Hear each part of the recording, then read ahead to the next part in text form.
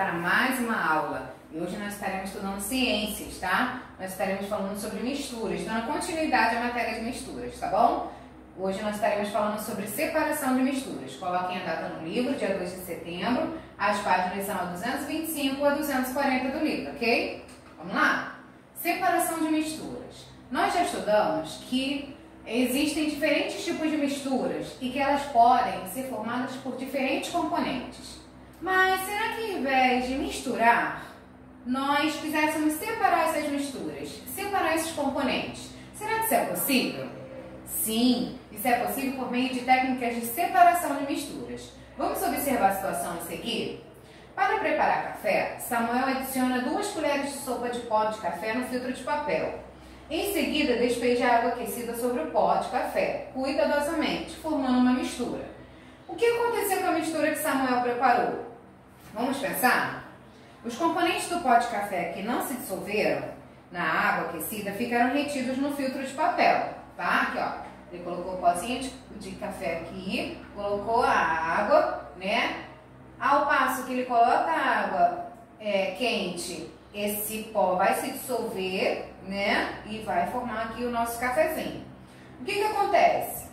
O pó não vai descer, tá? O pó não vai descer para o recipiente, tá? O pó vai ficar retido no filtro, ok? Esse processo que Samuel fez é chamado de filtração, ok? Quando ele coloca a água sobre um pozinho, né? Utiliza um filtro e no outro lado sai o líquido, é chamado de filtração. No processo de filtração, a mistura que não é solúvel em água, ela fica retida no filtro, tá bom?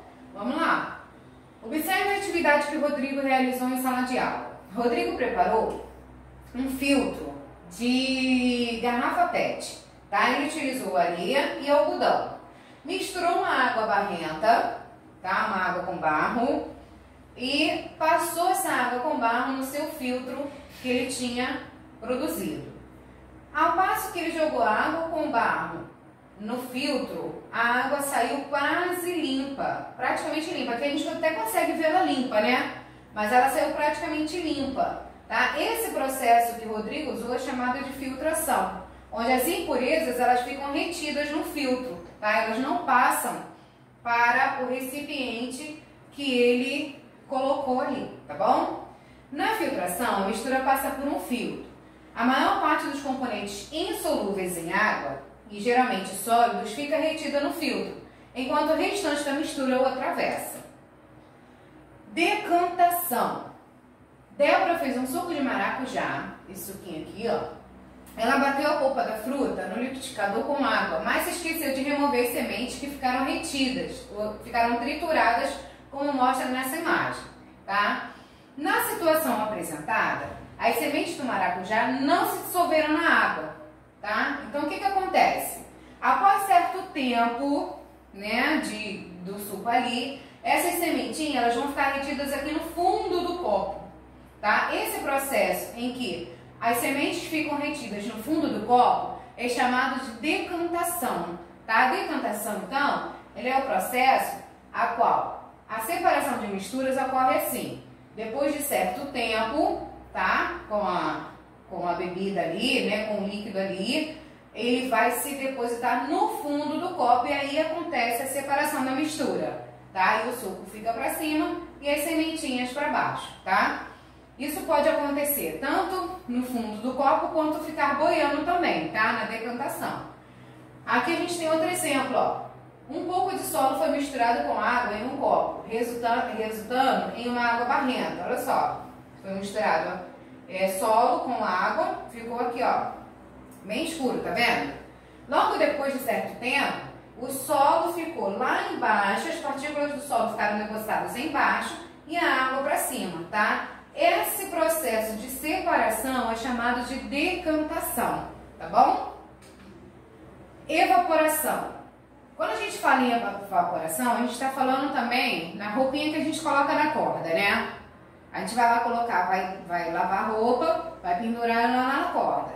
Conforme o calor do sol aquece essa roupa, ela vai secar. né? Esse processo é chamado de evaporação, porque a água que estava contida na roupa, ela evapora por causa do calor do sol, tá? Aqui nós temos exemplo do sal de cozinha, tá? Que é obtido, né, do mar, tá? Das chamadas salinas, tá bom? A evaporação é uma técnica de separação de misturas utilizada para separar tanto os componentes solúveis como insolúveis em água. Vamos observar então como é adquirido o sal de cozinha, tá? A água do mar é encaminhada a tanques rasos que recebem luz solar diretamente, tá? Então aqui, ó, a água fica aqui em tanques rasos, tá? E aí fica recebendo luz solar o tempo todo. Depois de certo tempo, essa água evapora, igual evapora a roupazinha no varal, tá? A água da roupa do varal. Depois desse certo tempo, a água evapora e aí vem uma pessoa, né, especializada para isso, e retira esse sal, tá? Separando então o sal da água, ok? Só que esse sal que ele é retirado lá da salina, ele não pode chegar em casa, na nossa casa desse jeito. Ele precisa ser colocado uma mistura nele, tá? Que é essencial para nós consumirmos, que é o iodo, que é um nutriente essencial ao funcionamento adequado do organismo. Mas ele não pode ser consumido em grandes quantidades, tá? A gente tem que sempre utilizar pouco sal na nossa alimentação, porque senão pode causar problemas de saúde, tá bom? Ok? Destilação. As plantas produzem diferentes materiais. Algumas produzem óleos que, em muitos casos, são responsáveis pelo aroma dessas plantas. Muitos desses óleos são usados pelas indústrias farmacêuticas, de cosméticos e de perfumaria. Para extrair os óleos de um vegetal como o eucalipto, as indústrias utilizam uma técnica de separação chamada destilação. Essa técnica é utilizada principalmente para separar componentes sólidos e líquidos de misturas homogêneas. Então vamos ver aqui o esquema. Na primeira etapa, a mistura é aquecida em um recipiente. Pensa que você está num laboratório e isso aqui são os instrumentos do laboratório, tá? Então, nesse caso, a mistura é aquecida em um recipiente, tá? Então, vou colocar aqui, ó, o óleo vegetal, né? Ele vai ser aquecido aqui. Na segunda etapa, o componente da mistura com o menor ponto de ebulição evapora e passa para o condensador, ok? Na terceira etapa, no condensador, o vapor se resfria e se condensa, retornando ao estado líquido. Aqui ele se torna em estado de vapor, aqui ele já volta no estado líquido, tá? O líquido é então armazenado no recipiente coletor e aí nós já temos a nossa mistura separada, ok? Centrifugação. Outra técnica que possibilita a separação de componentes sólidos e líquidos de uma mistura é a centrifugação. Por meio dessa técnica, é possível, por exemplo, separar os componentes sólidos do sangue, como células e fragmentos celulares da porção líquida plasma. Veja a seguir como funciona essa técnica. Tubos contendo o sangue são colocados em um equipamento chamado centrífuga. Aqui, ó, o sanguezinho que nós retiramos lá no laboratório, certo? Aqui, ó, igualzinho a gente tira no laboratório. É colocado nessa máquina aqui, nesse equipamento chamado centrífuga. Parecido até com uma máquina de lavar, se você reparar. Na centrífuga, os tubos giram em alta velocidade, fazendo as células e pedaços celulares se separarem do plasma. Tá? Igualzinho a máquina de lavar quando está centrifugando a roupa, né? Para secar. Tá? E aí, ó, o sangue fica na parte de baixo e o plasma na parte de cima separado. Ok? E aí nós temos esse processo de centrifugação. Né? Utilizando a máquina de lavar como exemplo, quando ela centrifuga, ela retira o excesso de água, né? Deixando a roupa um pouquinho mais seca para pendurar na corda, para acontecer o processo de evaporação. Um beijo, até a próxima aula. Qualquer coisa, chama a tia lá no privado.